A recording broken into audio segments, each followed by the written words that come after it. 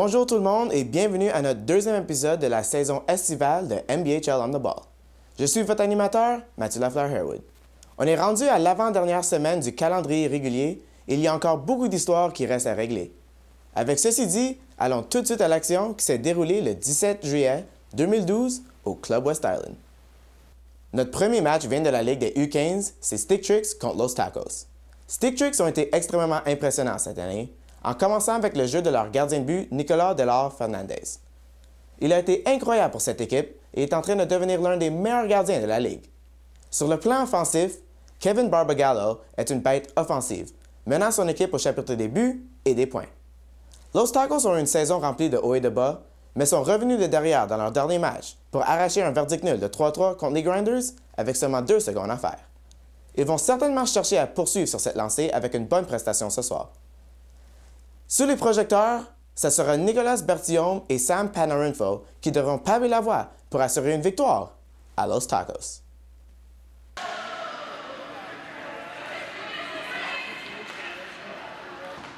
On se retrouve en début de première avec Kevin Barbagallo derrière le filet. La balle se faufile à Logan Carr qui ne manquera pas sa chance et c'est 1-0 Stick Tricks.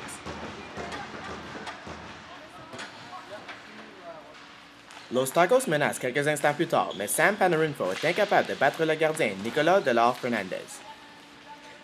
Panarinfo revient à l'attaque. Delor Fernandez l'arrête sur le tir initial, mais ne peut rien sur le retour. L'égalité est créée 1-1. Nicolas Bertillon récolte une passe sur le but. Los Tacos cherche à prendre les devants à l'aide d'une belle feinte de William Baril-Ferrino, mais le plongeon du défenseur le force à l'extérieur. En zone de Los Tacos maintenant, on assiste à une belle complicité entre Carr et Barbagallo. Carr va se retrouver seul devant le filet et donnera l'avance à son équipe. C'est 2-1 Stick Tricks. Panarinfo menace de nouveau sur une échappée. Son premier tir est arrêté et son retour est balayé avant qu'il traverse la ligne. Stick Tricks attaque encore. Cette équipe sait passer la balle comme le démontre ce beau but complété par William Bellumeur.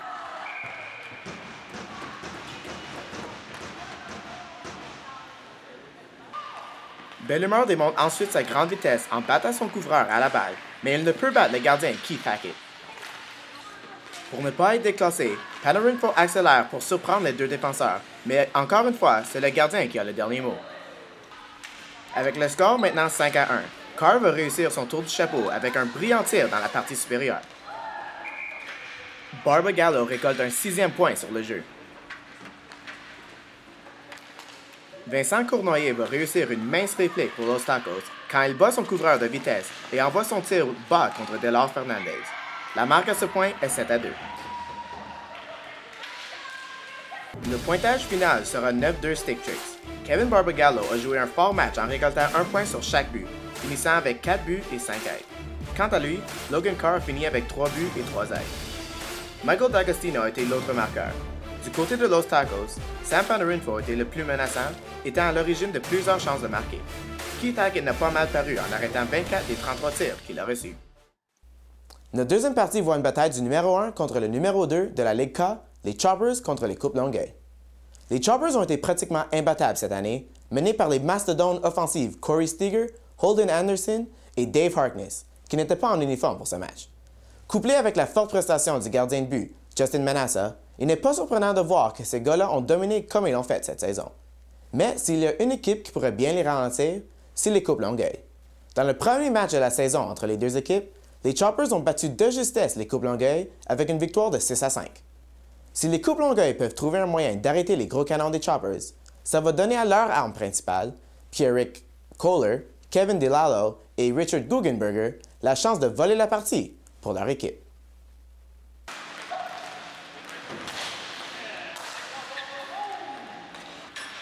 On débute ce match avec un jeu bizarre. Pierrick Kohler s'échappe vers Justin Manassa, qui fait l'arrêt initial, mais son défenseur Nick Andrianakos lui envoie le retour entre ses jambes. C'est 1-0 Coupe Longueuil. Les Coupes Longueuil menacent encore quelques instants plus tard, en commençant avec une belle feinte de Kevin Harney. Ensuite, c'est Ryan Savoie qui manque le filet de justesse. À la 12e minute, Corey Seager envoie la balle derrière son couvreur, la récupère et bat le gardien Michael Pacheco entre les jambes. L'égalité est créée, 1-1. Avec 5 minutes à faire en première, Justin Lockhart s'échappe seul contre Menasa. Il amène la balle sur son revers et bat le gardien pour reprendre les devants, 2-1.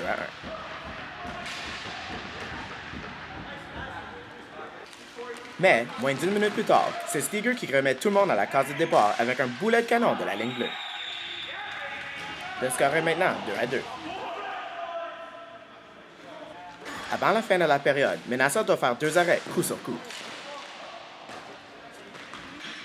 Maintenant en deuxième, c'est ce même Seager qui enregistre son tour du chapeau avec une belle feinte devant Pacheco.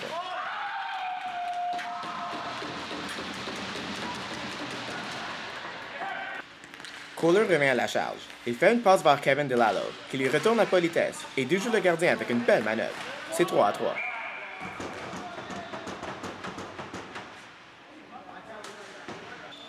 Mais, comme ça a été le cas depuis le début, Corey Seager marque un 4e but dans ce match, et ce, avec un défenseur sur le dos.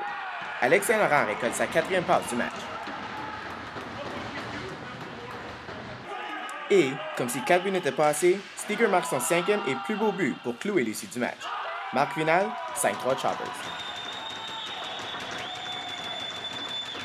Avec l'absence de Dave Harkness, le meilleur pointeur de la ligue avec 24 buts et 17 aides, Corey Seager et Alex Saint-Laurent ont pris charge de mener leur équipe à la victoire. Avant ce match, Seager n'avait que 7 buts à sa fiche. Pierre Kohler continue son bon travail cette saison, lui qui a maintenant 17 buts et 17 aides. Avec la défaite, les Coupes Longueuil se retrouvent au 3e rang, tandis que les Choppers sont premiers. La 3e partie met ZBA contre les Desert Knights. Les Desert Knights ont vraiment changé les choses cette saison après un été de misère l'année dernière. Ayant fini avec une fiche de 0 victoire et 13 défaites, les Knights ont compilé une fiche impressionnante et s'assoient présentement au sommet de leur division dans la Ligue L. Ali Nazuri a été l'histoire de cette saison, menant son équipe au chapitre des buts et des points. ZBA est dans une lutte chaude pour la dernière place menant en série et aura besoin d'une victoire ce soir pour garder leurs espoirs vivants. Matt Clementoni est en train d'avoir une saison explosive et se trouve aujourd'hui parmi les joueurs élites de la Ligue. Il sera sous le microscope ce soir pour voir comment il va se comparer à Nazuri. J'ai un sentiment que le joueur qui aura le meilleur rendement à la fin du match déterminera le gagnant de la partie.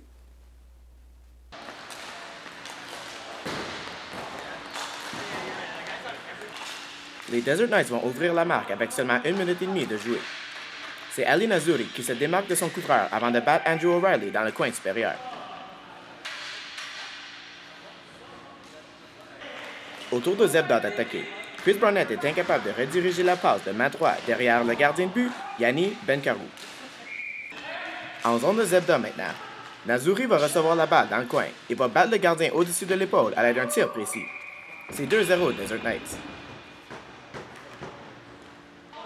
7 minutes plus tard, le travail acharné dans le coin de Fadi Jabrini va mener au 3e but des Desert Knights et au tour du chapeau de Nazuri. C'est maintenant 3-0.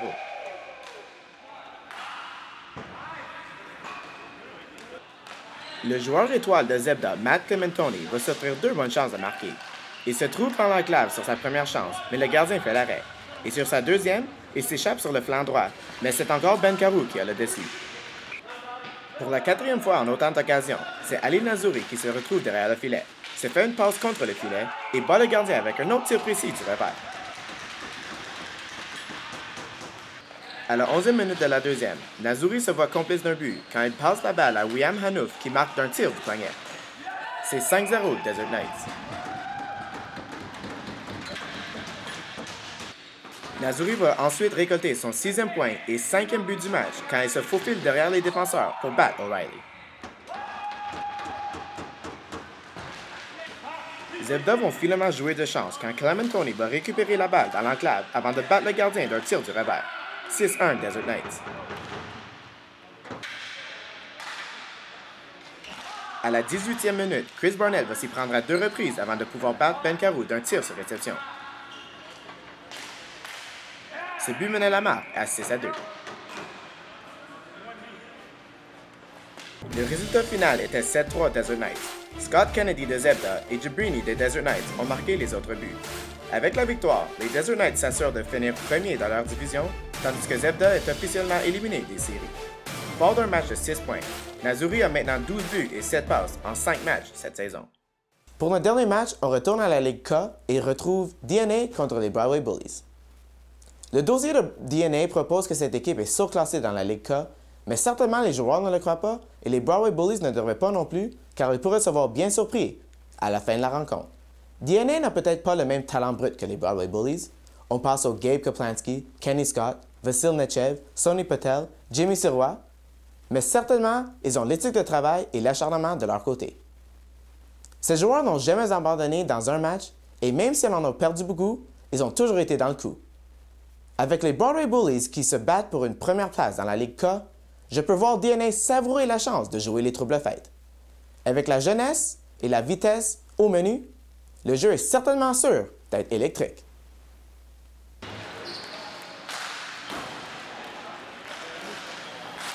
On commence cette partie avec une attaque de DNA. Malheureusement, Guy Robinowitz est incapable de contrôler la passe de Steven DeMeglio. Au tour des Broadway Bullies d'attaquer, c'est John Rigglesford qui voit son tir passer juste au-dessus du filet. Jimmy Sirois va ensuite servir une tasse de café à Charles Hamal, mais ne peut compléter la manœuvre. De l'autre côté, Sacha Marion va battre de vitesse Glenn Pola et va voir son tir menotter le gardien Mike Roxborough, mais restera sorti. Roxborough va ensuite s'illustrer à 2 reprises, une contre Stephen Coxis et l'autre contre Rubinowitz sur le retour. Une bévue à la ligne bleue des Bullies va donner une chance en or à Sirois, qui voit son tir frapper le poteau derrière Gregoranto. Chris Cameron va finalement ouvrir la marque tôt en deuxième. Il va accepter la passe de Gabe Kaplansky avant de loger la balle dans le haut du filet à l'aide d'un puissant tir des poignets. 1-0 Broadway Bullies. Les Bullies vont doubler leur avance sur un but controversé. Le retour de lancer d'Andy Benson va frapper Sirois devant le filet, mais sur la reprise, on peut voir que la balle a été redirigée avec son pied. C'est un but qui pourrait faire très mal à DNA. Sur une descente de 2 contre 1 avec DeMeglio et Robinowitz, ce dernier voit son tir des poignets capté par le gardien adverse. De l'autre côté, c'est Benson qui voit le gardien de DNA lui voler un but sur un échappé. Stephen Coxis va ensuite un beau jeu individuel pour se rendre au filet, avant de rejoindre Hamal qui était laissé tout à fait seul devant Roxborough. La marque est maintenant 2-1 Bullies.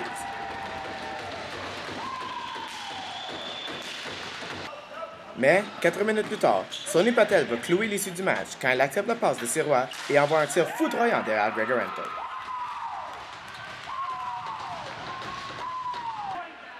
Gregoranto va ensuite tout faire pour donner espoir à son équipe d'égaler la marque avant la fin de la partie, mais ça sera trop tard et les Broadway Bullies vont l'emporter 3-1.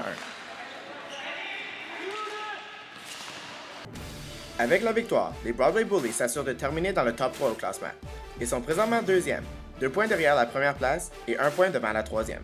De leur côté, DNA se retrouve au fond du classement avec une fiche de 1 victoire, 10 défaites et 1 match nul. Avec chacun une passe dans ce match, Gabe Kaplansky et Stephen Coxis dominent la colonne des points de leur équipe respective avec 24 et 11 points. Voici le classement et les meilleurs marqueurs de la Ligue K et L.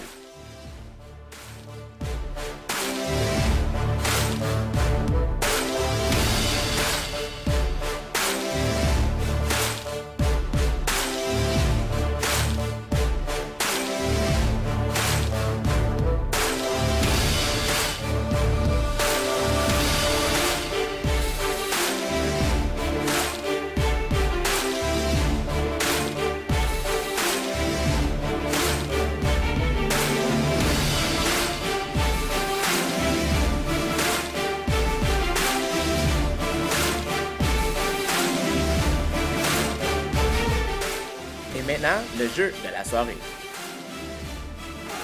Pour ce, on retourne au match des Choppers contre les Coupes Longueuil. Corey Steger va se moquer de son couvreur avant de livrer une série de feintes au gardien pour le battre du côté de la mi-temps.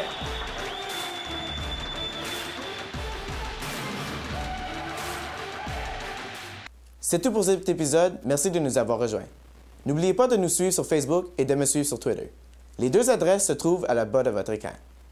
On se retrouve ici la semaine prochaine sur NBHL on the Ball. Pour toute l'équipe, c'est Mathieu Lafleur-Harewood qui vous souhaite une bonne semaine.